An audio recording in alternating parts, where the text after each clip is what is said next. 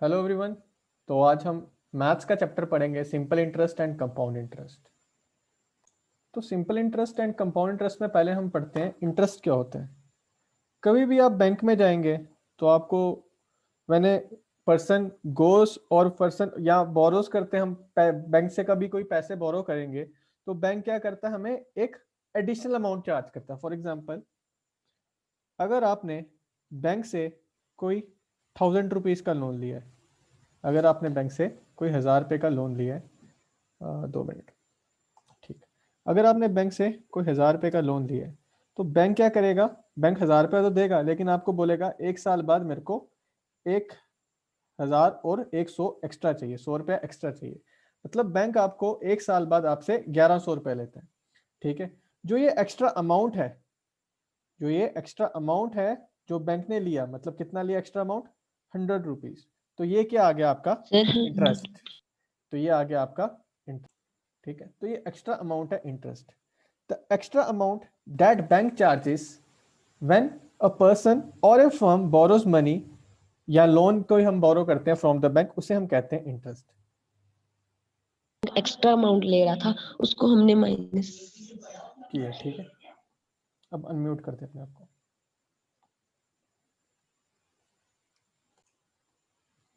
अब हम पढ़ेंगे प्रिंसिपल क्या होता है।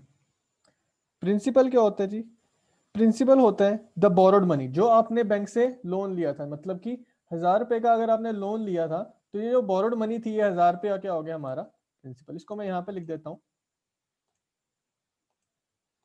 द बोरोड मनी या लोन, द बोरोड मनी और loan from is called as principal. ठीक है। जो हम बैंक से या किसी से भी हम मनी बोरो करते हैं या उधार लेते हैं या किसी को उधार भी देते हैं, तो जो बोरोड मनी होती है, या हमसे कोई लेगा या हम किसी से लेंगे, उस बोरोड मनी को हम कहते हैं प्रिंसिपल। अगली टर्म है हमारी टाइम। तो टाइम क्या होता है, तो हम देखते हैं टाइम क्या होता है। हमने जिस टाइम के लिए पैसे लिए, फॉर एग्जाम्पल मैंने 1000 रुपया लिया था, 1000 रुपया मैंने या 1000 रुपीज मैंने 1 साल के लिए लिए, तो जितने टाइम के लिए मैं किसी से बोरो करूंगा मनी, उससे हम कहते हैं, उस टाइम को हम टाइम पीरियड कहते हैं।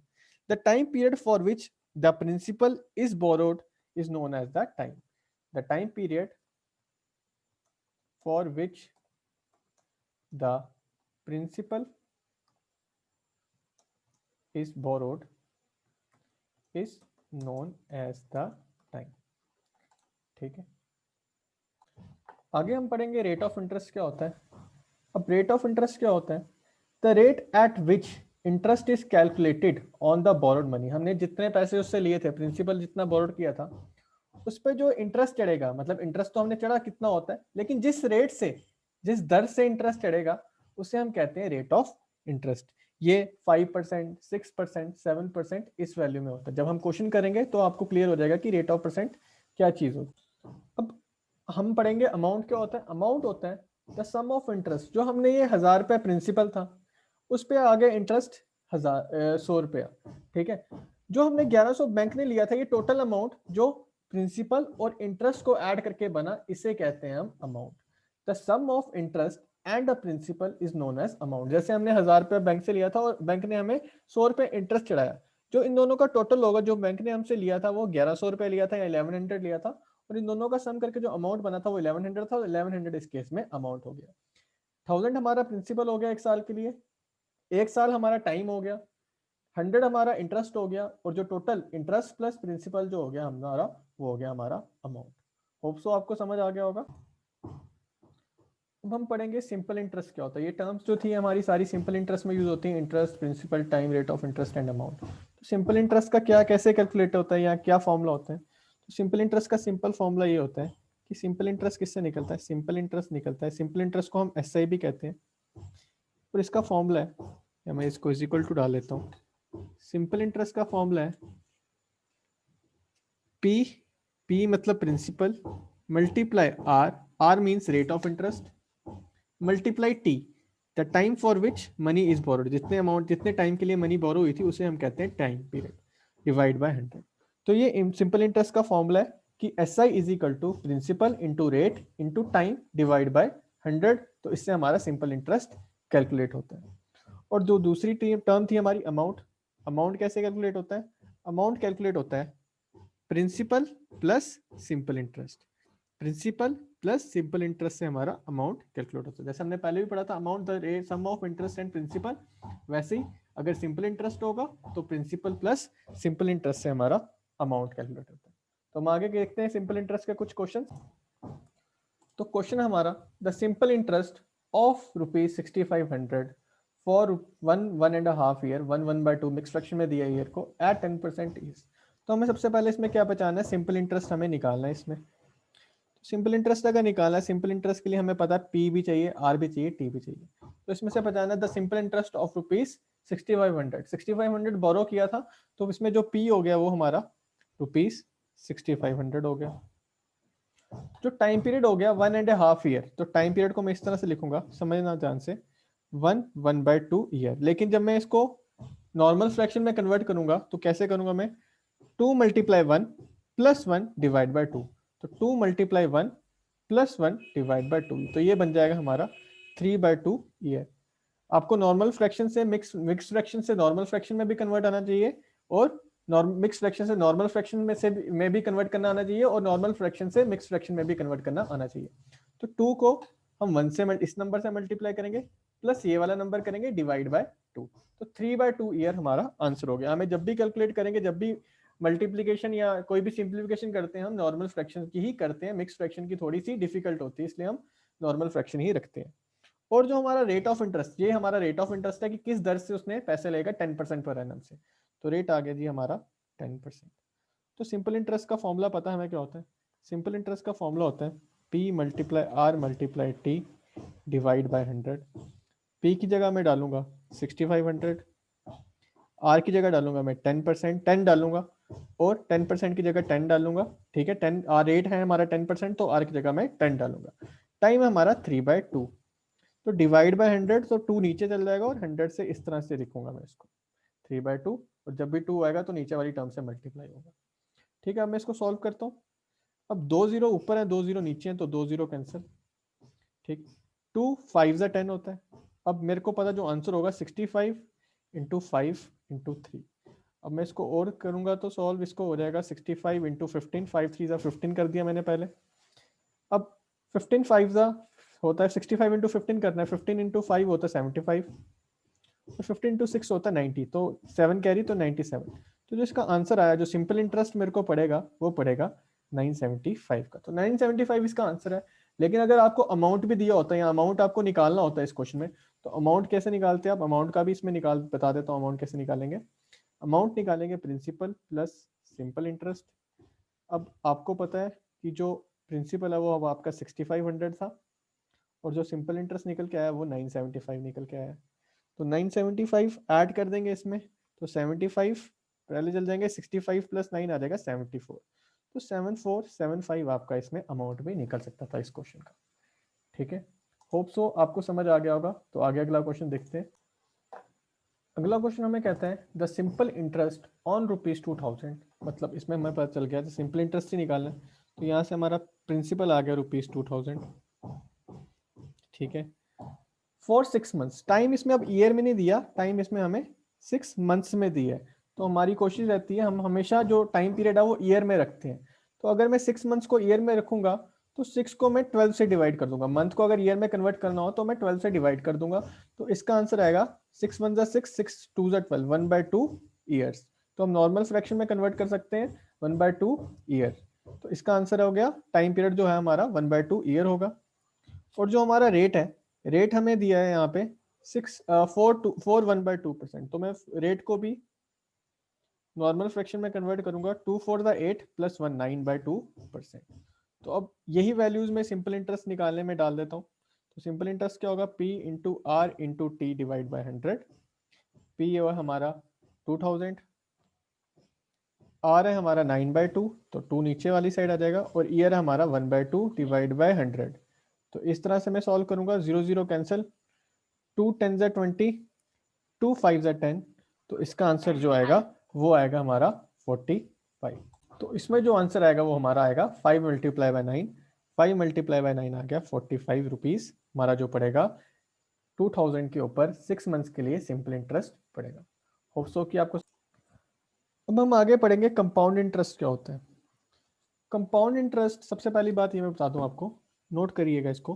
Compound interest is equal to simple interest एक साल के लिए फॉर 1 ईयर। एक साल के लिए कंपाउंड इंटरेस्ट और सिंपल इंटरेस्ट सेम रहते हैं। जैसे मैंने आपको एग्जांपल दी थी पहले, 1000 रुपये बैंक ने लोन लिया, ठीक है, उस पर फॉर एग्जांपल 10% की रेट से पर ईयर के अमाउंट्स रेट से उसने बैंक ने इंटरेस्ट चार्ज किया, तो जो इंटरेस्ट होगा पहले साल का वो होगा हमारा 100 रुपीज। जो अमाउंट बनेगा, कंपाउंड इंटरेस्ट और सिंपल इंटरेस्ट पहले साल के लिए सेम रहेंगे और अमाउंट भी इन केस में सेम रहेगा। लेकिन जो कंपाउंड इंटरेस्ट होता है, जो सिंपल, मैं बता दूं, जो सिंपल इंटरेस्ट होता है वो अमाउंट के लिए ही चल जाएगा। अगर 2 साल के लिए इंटरेस्ट होगा तो अगले साल भी वो हमारा 100 रुपया लगेगा। तो मतलब टोटल इंटरेस्ट जो लगेगा हमारा सिंपल इंटरेस्ट के केस में वो लगेगा हमारा 200, ठीक है, मतलब एक साल के लिए 100, अगले साल के लिए 100। लेकिन जब हमें कंपाउंड इंटरेस्ट की बात करता हूं तो ध्यान से समझिएगा, कंपाउंड इंटरेस्ट में पहले साल 10% की रेट से लिया बैंक ने 100, ठीक है। कंपाउंड इंटरेस्ट का मतलब होता है इंटरेस्ट ऑन इंटरेस्ट। इस पे तो वो लेगा ही 10% के रेट से 100 रुपया, लेकिन जो ये पहले साल का इंटरेस्ट था जो कि हमने नहीं चुकाया था, इसके ऊपर भी 10% की रेट से इंटरेस्ट लगेगा और इसका 10% लगेगा, वो बन जाएगा 10। तो जो टोटल इंटरेस्ट बन जाएगा वो बन जाएगा हमारा 100 प्लस 100 प्लस 10, वो बन जाएगा 210।